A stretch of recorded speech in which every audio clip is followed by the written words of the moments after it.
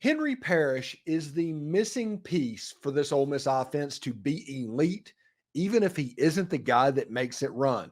We'll explain. This is the Locked On Ole Miss podcast. You are Locked On Ole Miss, your daily podcast on the Ole Miss Rebels, part of the Locked On Podcast Network, your team every day.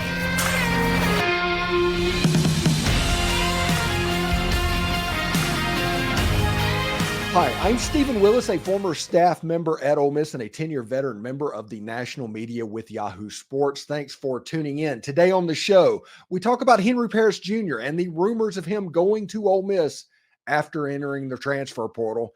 We talk about the running backs room and why he is the missing piece to take this offense from great to elite. Spring practice is giving us our first look at the 2024 football team. I have some thoughts on that as well. And Clemson has joined Florida State in going down the road to divorce in the SEC. What does that mean for Ole Miss? What happens next? What happens now? The Grove Collective are doing their March to Victory campaign this month. What does that mean? It's a new NIL campaign for Ole Miss Athletics, and their hope is to raise $10 million and 10,000 total members by the end of March. It's a March Madness type competition that puts regions of the U.S. competing for who can give the most. Let's keep Ole Miss Athletics at the forefront and go to the grovecollective.com/march to victory. Again, that's the grovecollective.com/march to victory to help make that happen. This is the Locked On Ole Miss podcast, your daily podcast on the Ole Miss Rebels, part of the Locked On Podcast Network, your team every day. We're free and available on all the podcast apps and on YouTube. Thanks for making Locked On Ole Miss your first listen every day, and a special hello to the everydayers who make the show what it is. Anyway, Henry Parrish popped up in the news just today talking about he's going to enter the transfer portal, and immediately everybody started talking about what that could potentially mean. This is from Gabby Urisha from Miami's 24/7 site. Miami running back Henry Parrish is expected to transfer. 24/7 Canes has learned the Dade County native has led the team in rushing each of the past two seasons after transferring from Ole Miss. And immediately it became heavily known that Ole Miss was a potential landing spot for him. This is from 24/7 Sports. Nice picture with that uniform combination. I want that uniform combination, Lane. So could Ole Miss, or could running back Henry Parrish be coming back to Ole Miss? This is from David Johnson from Inside the Rebels. It's going over and over again, people talking exactly what it could mean. And then this post happened where Zach Berry said Ole Miss football could see some positive transfer portal movement in the very near future. And it's at a very major position of need as well. Everybody knows that running back is a dominant position of need for Ole Miss. And Lane Kiffin, as you can see right there, reposted that from Zach Berry of On3. So that is where we stand with that. It's seemingly very likely that Henry Parrish is going to end up at Ole Miss. A lot of people said, and then comments and on Twitter just yesterday, people were talking about, well, what does this mean for Kedrick Reescano? And it doesn't mean anything for Kedrick Reescano. Ole Miss going into 2024 has Ulysses Bentley, who averaged about 100 carries per season. That's about all that he's been able to get. You have a new running back in Kedrick Reescano who has a chance to be good, but he is at best unproven. And you need to get you could probably count on about 100 carries for him. So you were looking for another back that could take 100 carries. And I honestly mentioned over the past couple of weeks that Ole Miss was looking for a Henry Parrish type running back. That's what I said over and over. Ole Miss is looking for a Henry Parrish type running back.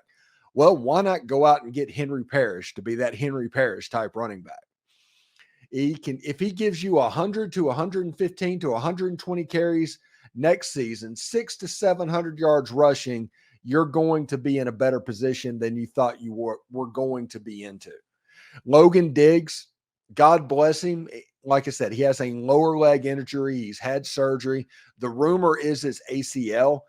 If he comes back, it's going to be for a playoff run at best. But during the season and getting to that playoff run, you have to count on more than 2 running backs. Everybody says, if you go get Henry Parrish, is Kedrick Reescano going to transfer? And the answer to that is no.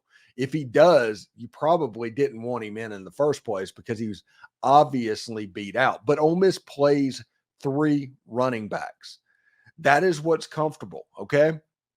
In 2020 and 2021, that was the Jerry and Ely, Snoop Connor, and Henry Parrish years, to where each and every year they were a running back tandem that played about 100 carries each back.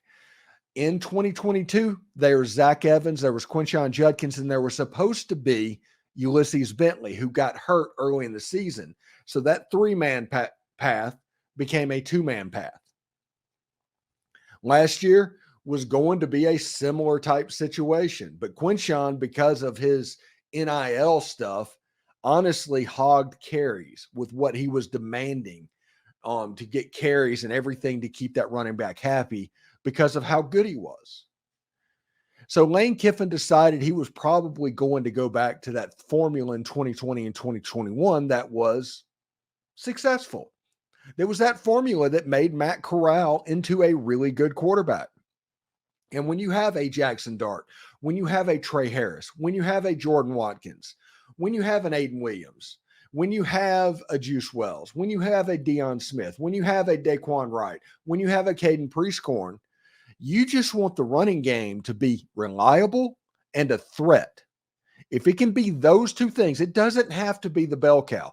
Ole Miss isn't looking for a bell cow type running back, and that isn't going to help their offense move forward in 2024. This offense is going to be a passing offense. What I mean by that, before anybody knows, I'm not talking air raid 65% pass.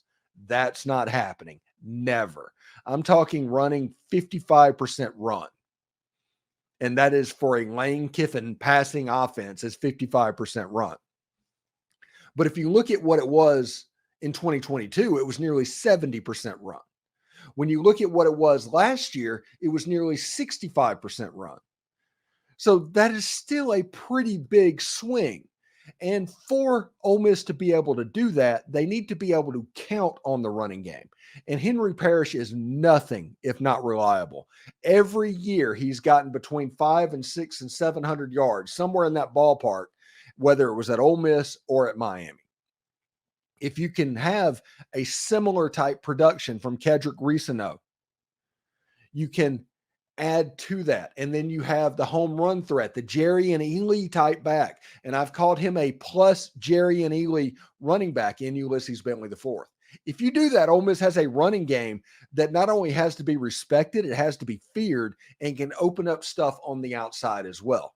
Now, the defense a year ago keyed on Quinshon. Everybody keyed on number 4. I talked about that all the time. Who is going to be the back that at least causes those linebackers to take a step forward? If that happens, all of a sudden Daquan Wright and Caden Prieskorn, they become weapons over the middle of the field. Jordan Watkins becomes a weapon over the middle of the field. And we talked all last season. 12 months ago, it was completely about, we brought up the zones of Jaxson Dart and where his strengths and weaknesses were.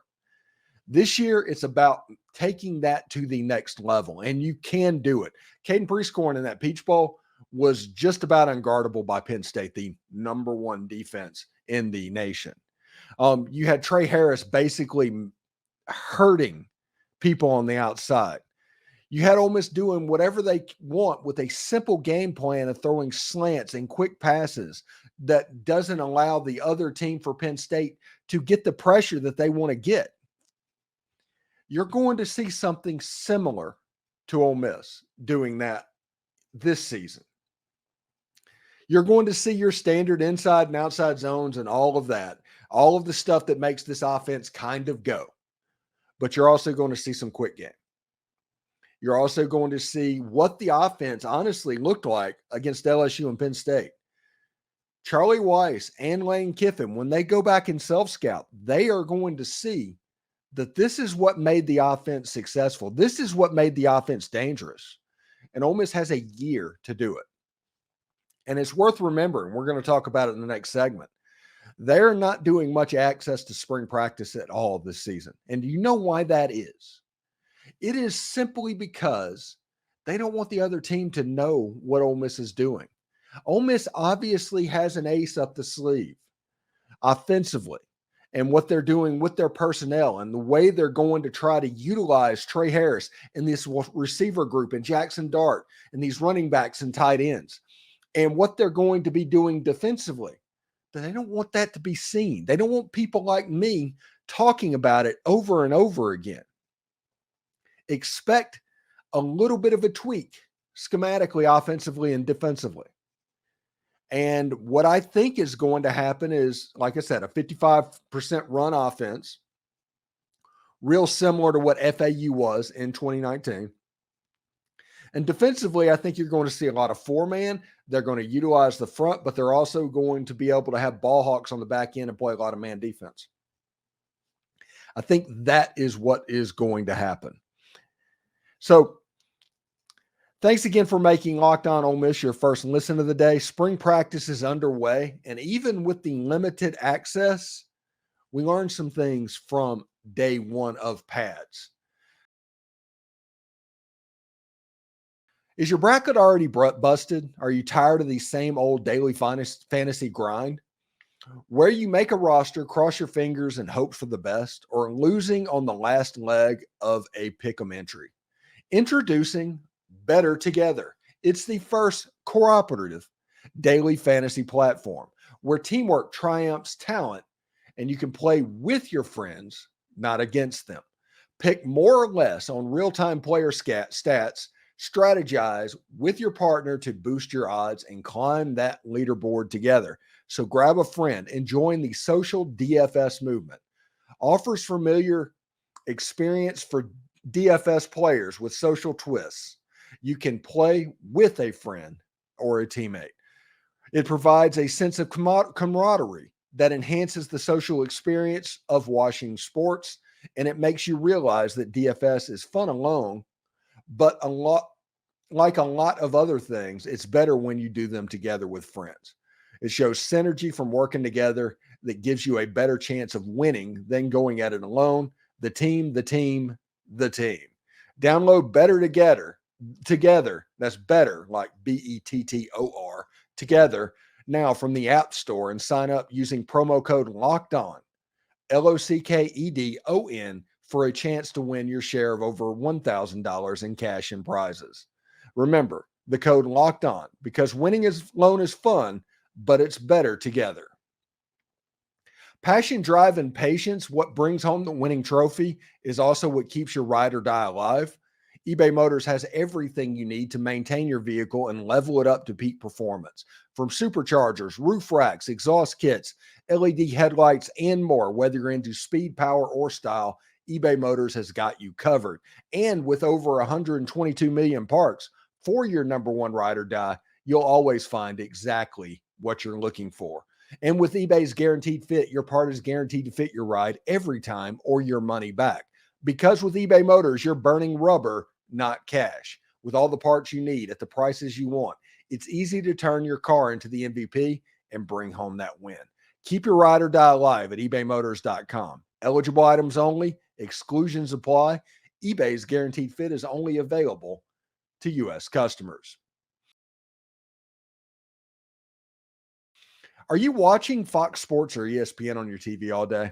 Have to turn down the volume with all that shouting? Make the switch to Locked On Sports today. It's a free 24/7 sports streaming channel programmed for you every single day to bring you the biggest stories without all the screaming. Locked On Sports today brings you can't miss analysis, opinions, and news streaming 24/7 on YouTube or the free Amazon Fire TV channels app. It's part of the Locked On Podcast Network, your team every day. So yesterday, Ole Miss had their first practice in pads, not full pads, but they had shoulder pads on in the second segment of the acclimation process. And we did a practice report just yesterday evening. If you want to see that, it's about 12 minutes long with Michael Katz of the Tupelo Daily Journal. He talked about what he saw. Ole Miss had about 12 minutes of viewing to where you could actually put eyes on these players, and everybody was going in. It was a mad dash to try and maximize the time. But a couple of things came out of practice that I think we need to talk about. The first thing is Suntarine Perkins is practicing with the defensive line. We talked for weeks about Suntarine Perkins playing linebacker and where he matches up. I think that tells us that TJ Dudley is going to be somebody that factors in pretty much at linebacker at 235 pounds, and Chris Paul is another player that is going to be dominating. So the question becomes, how do you get this player on the field? Now, the other thing that we talked about pretty consistently is Suntarine Perkins needed to gain weight. And like I said, they're moving around. It's hard to judge what's going on against some really big men. But Suntarine Perkins looks small. But he was standing next to Walter Nolen and Princely Umanmielen and Kamarion Franklin and those guys. So he might have put on 10, 15 pounds in the offseason. But because he's standing really next to those players, it is hard for them to judge. But if you look at the videos on there, that happens. Kamarion Franklin, you saw him practicing as well. He has a chance to have, honestly, a breakout type year, backing up a Jared Ivey type player. That's what I think could happen for Kamarion. Jamarius Brown is another player that I'm expecting to take a year 2 jump. And if you look on the offensive side of the ball, Ulysses Bentley, the fourth, was not out there. Remember, anybody that's not out, anybody that has a bump at all, just even a little bit of a bump, is not practicing in spring football. They're not going to risk that at all. They're going to take it with an overabundance of confidence or they're going to take it with a caution, is what I should say. And that means that this is probably the most important days in the history of the Kedrick Reescano football career, because we talked about Henry Parrish in the first segment and what that looked like. And right now it looks like he's going to end up in Oxford, Mississippi. That's the way the wind's blowing right now. And you have Ulysses Bentley, who is going to be there. It's going to be imperative for Kedrick Reescano to establish himself as a running back in this system to make it to where he can be effective as that back.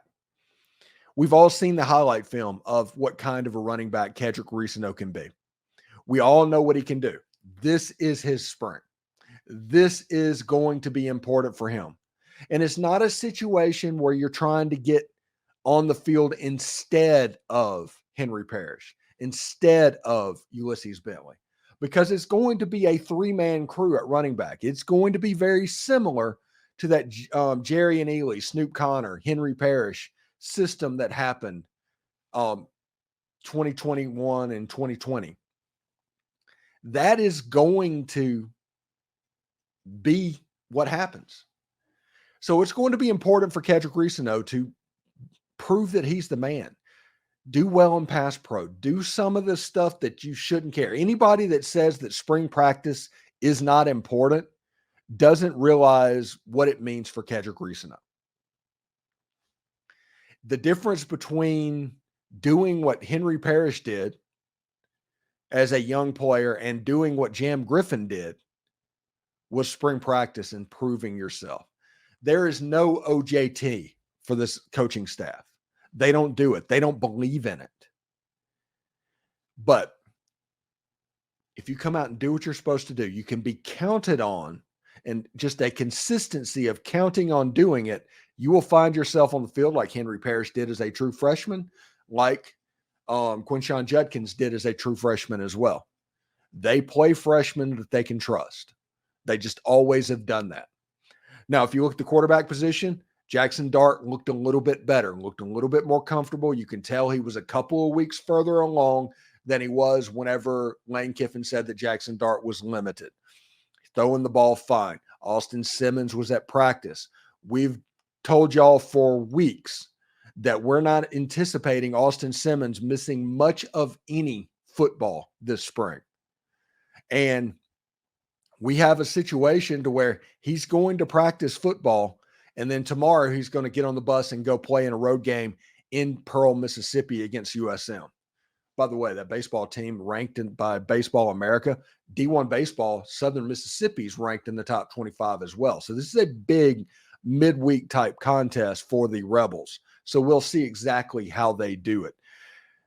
If you look at Walker Howard, he was out there taking 1s, 2s, and 3s reps as well. So the quarterback room's in good shape. The running back room, we talked about what it could be after spring and where it sits right now. Diego Pounds and Juice Wells are out right now with injuries, nothing that they're coming across as dire or desperate. Just like I said, bumps and bruises, any risk, they're going to sit down. So we're pretty excited.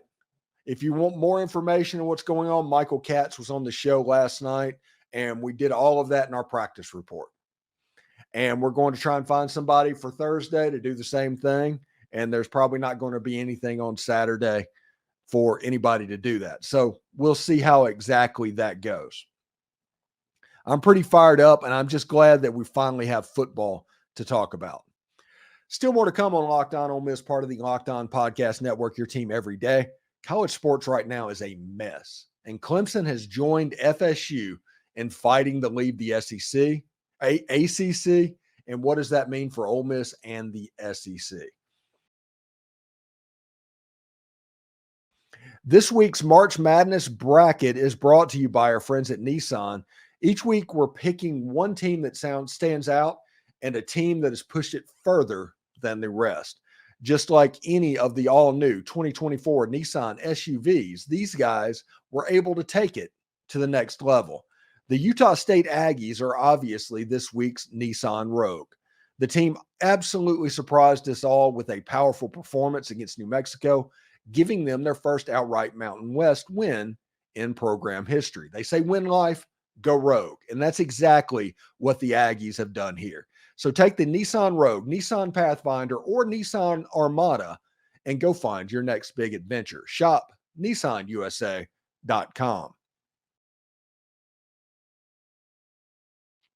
Thanks for making Locked On Ole Miss your first listen of the day, and shout out to the everydayers. Locked On has launched the first ever national sports 24/7 streaming channel on YouTube, and now it's available on Amazon Fire TV on the free Fire TV Channels app. Locked On Sports Today is here for you 24/7, covering the top sports stories of the day with the local experts of Locked On, plus our national shows that cover every single league. Find Locked On Sports Today, now available on the free Fire TV Channels app. Be part of history.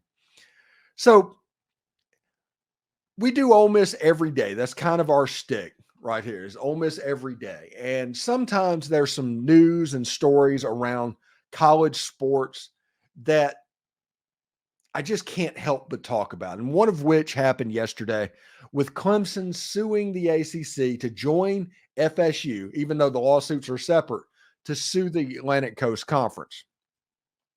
And that is interesting to me. If you look on On3, they said Clemson has filed a lawsuit against the ACC. It was filed in South Carolina. Florida State filed in Florida. And basically, they're going to make the ACC go everywhere and bleed them dry, it looks like. Now, Clemson wants the court to rule that the ACC does not own the broadcast rights to its games after it leaves the league. Makes sense. It is not required to pay the excess fee, and it owes no other fiduciary duties to the conference. This is divorce paperwork is what this is. This joins Florida State as divorce paperwork. It's a situation where it's going to happen. Now, we all knew that these two teams were destined to leave. Now, whether they go to the Big Ten or the SEC, we'll talk about that in just a second. But these two teams, we all kind of had an idea. It's like, well, the ACC is falling apart. You have to look out for these two teams. Everybody knew this. It was the worst kept secret potentially ever. But who is going to be next? Is it going to be Louisville? Is it going to be North Carolina? Is it going to be Virginia? Is it going to be Virginia Tech? Is it going to be a Big Ten type school as opposed to an SEC type school?